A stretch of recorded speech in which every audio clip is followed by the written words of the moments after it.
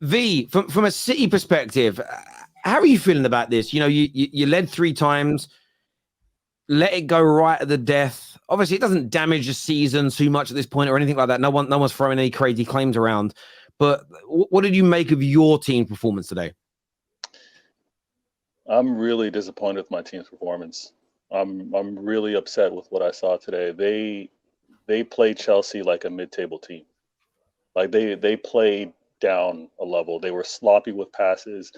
I want to say this was Ruben Diaz's worst game that I've ever seen. Um, he was going to ground way too fast. He cost 2 goals, in my opinion, because he was on the ground, couldn't react to a deflection for Jackson, and he was on the ground too early and caused that late penalty. Um, I'm gonna say this. Actually, I should have said this first and foremost. Chelsea showed why they're the pride of London. They showed why they got 2 UCLs. They showed why they most recently won a Prem amongst all the teams in London. They're the class in London, and that's why I got to give them a shout out to that. And they're going to be a problem. They continue like this, and like they said, they get healthy bodies back. They're going to be a problem. But City, we can't keep doing this. So I predicted a 3-1. I predicted a 3-1 with a City win. I said that on Igal's channel, and the guys did not play defensively to that level. Offensively, I had no problems. I thought we were a little sloppy. I thought we could have actually been a little more clinical, but defensively, we were just so poor. So, yeah, it's a humbling, man. It's a humbling, and I think it's doubly hurt because I think Rodri picking up another yellow might have him missed the Liverpool game. I'm not sure.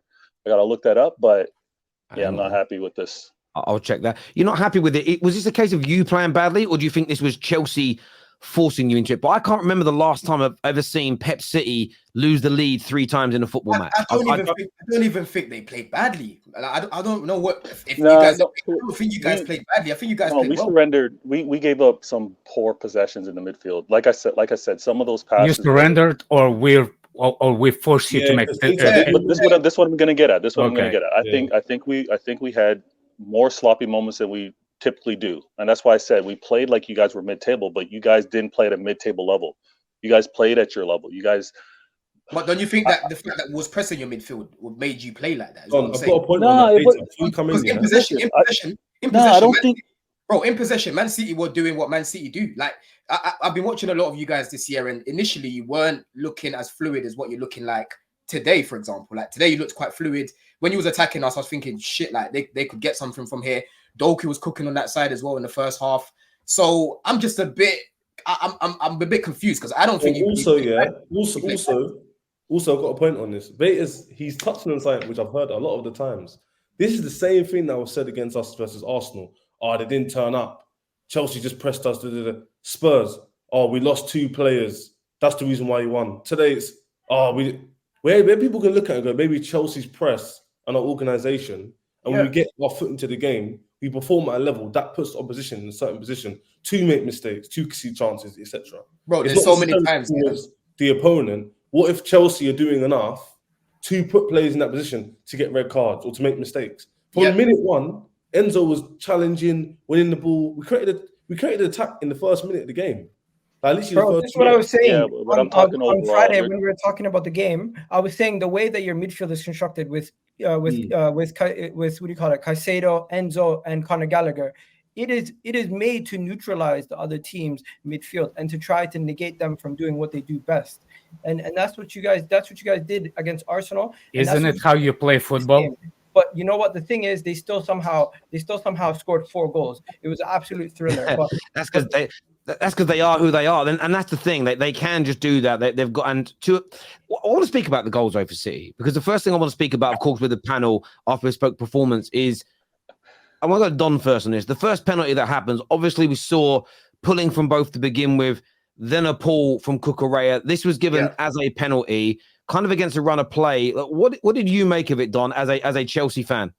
I don't think that was a penalty, in my opinion. Like Cucurella was grabbing him first, and Haaland was grabbing Cucurella's shoulder first. Cucurella grabbed him back. They're both grabbing each other, And that was the end of it. That was the end of the No, phase of play. it was not the end of it. That was the end of the phase of play. It wasn't a penalty, in my opinion. No. Because No. if you look at it, Cucurella wouldn't have grabbed him if Haaland didn't grab him. Haaland grabbed him first. You need to watch it again. Haaland grabbed his shoulder first, and then Cucurella grabbed him back. They're both grabbing each other. Can I ask you a question? Did Haaland, by holding Cucurella, took advantage of Cucurella to get in the position in the first place? But Alex, who grabbed? No, not Bennett. Maybe look. I'm asking you a general question. No, they both hold each other's hands. Did Haaland took advantage of the jerk on Cucurella's hand to get in the position in front of? He did. He was holding. That's the foul. He was holding Cucurella back. Let me jump in. The boys, let me jump in. You two are agreeing with each other. You just don't. You're actually missing it. What Alex is saying, you're actually agreeing with each other. Haaland fouled Cucurella first. No, and then Cucurella pulled him back. He did. And do you know what it is? And this is why these fouls being given, the reason why I think they're an abomination is because when you actually watch when you isolate it down to what the referee has seen, you can go, oh yeah, that's a foul. Or, oh yeah, that's a foul. You watch the whole sequence and the whole event. It was 6 of one and half a dozen of another, and they should never be given. Plus, and I want to get your take on this, V. Haaland weren't getting to the ball anyway. That's not what they're calling. They're calling whether he was dragged down, and that's the difference, right? It's a contact sport. You can tug a jersey, you can pull a jersey. It's whether you grab the man. And Cucurella grabbed Haaland. He had his arm around him. That's when Haaland went down. Grabbed him first. He literally grabbed him first. You can't. So hang on a minute. I want to go back a bit. So if I grab a player's shirt and pull him to the floor, that's okay. But no, okay. That example, no, it's not okay. But a pulling of a shirt, both of them did it. It's until he grabbed Haaland, he had his arm around him, that he went down. So the way he pulls, in your opinion, the way he pulls Cucurella to get ahead of him, you think that's acceptable in football? Yeah, that's what I was. Yeah, and it happens all the time, offensively, defensively. Like that's why when it goes too far, when you wrap, that's fine. So based on that, then you think that Cole Palmer should have got a penalty then?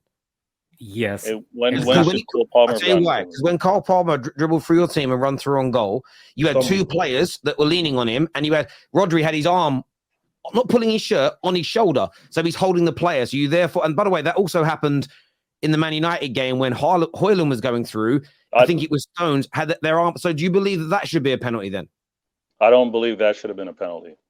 So why is it not a penalty when Rodri has got hold of him, but it's a penalty when Cucurella has hold of Haaland? Because the difference that I saw, and I'll go back and watch it again. The difference that I saw was when Cucurella had Haaland was being pulled.